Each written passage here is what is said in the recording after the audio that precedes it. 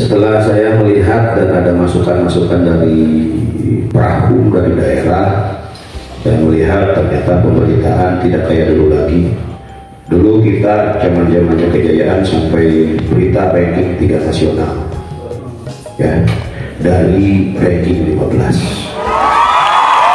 Kemudian dulu bapak-bapak ibu-ibu yang perahu itu kan dulu itu hanya perahu saja, tapi ketika tunjangan alhamdulillah jadi perahu, dibikinkan rumahnya, ya. Siapa saja yang zaman saya dulu jadi perahu banyak, dan alhamdulillah saya pada saat di umum pun saya membuat rumah-rumah buat arsiparis. Alhamdulillah sekarang sudah banyak arsiparis, karena ya prinsipnya ketika saya dulu bisa jabatan saya harus menghasilkan satu produk yang sesuai dengan aturan itu. Dulu pola pemberitaan itu dulu ada kodir, ada di wilayah masing-masing. Wilayah Bandung Raya dikoordinasikan sama siapa dong? Pak Deden. Kemudian ada wilayah timur, Cirebon Garut, Cirebon Kuningan, Maja, itu oleh siapa? Nah dulu itu seperti itu. Jadi berita itu dulu itu masuk ke masing-masing kota wilayah. Dan alhamdulillah dulu itu berita sampai akarnya, sampai KUA, sampai sekolah masuk ke BP kita. Nggak tahu sekarang saya seperti apa, saya kurang baca, agak mundur sedikit melangkah. Sekedar poek juga, makanya saya ingin tahu dulu, dilempar dulu ke bapak-bapak dan ibu-ibu bagaimana kita menuju Januari ini lebih baik. Saya sudah ngobrol-ngobrol dengan orang Bandung Barat, Tunjung Jahat, nggak apalah karena politik.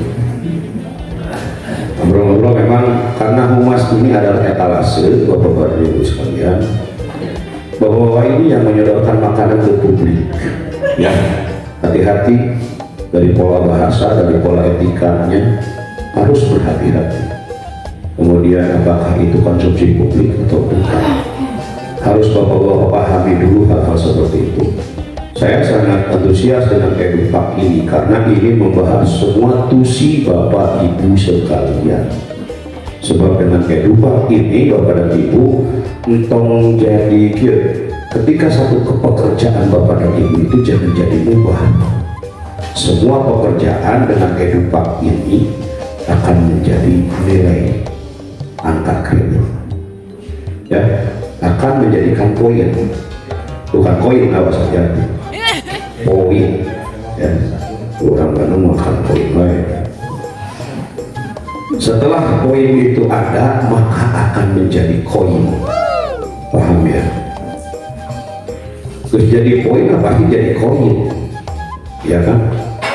Minimal ayah, itu SPPD dalam kota mah, no ayah mah, belum banyak tinggal curug, ya kan? Jadi pekerjaan bapak dan ibu itu akan menghasilkan satu poin. Apapun yang disuruh oleh atasan itu akan menjadi poin. Kuncinya apa bapak dan ibu sekalian? Mohon maaf, setiap pekerjaan asal ada surat tugas. Tong sakahayang betul. Biasanya kan orang guru bukan wae ketika tugas guru gitu ya. Jangan seperti itu, tapi normatif dari tugas itu harus ditempuh. Bukan surat tugas saudara, terus beres tugas, dia surat pernyataan, bikin beritanya, bikin rilisnya, bikin fotonya, evidence harus ada. Lainnya saya ukur, tapi terus meliput bagi pemberitaan, bagi evidence. Diikatnya oleh apa? Oleh satu surat pernyataan, nanti akan diperangkat oleh mereka, ya. Oleh jangan saya bukan kapasitasnya, itu menurut saya.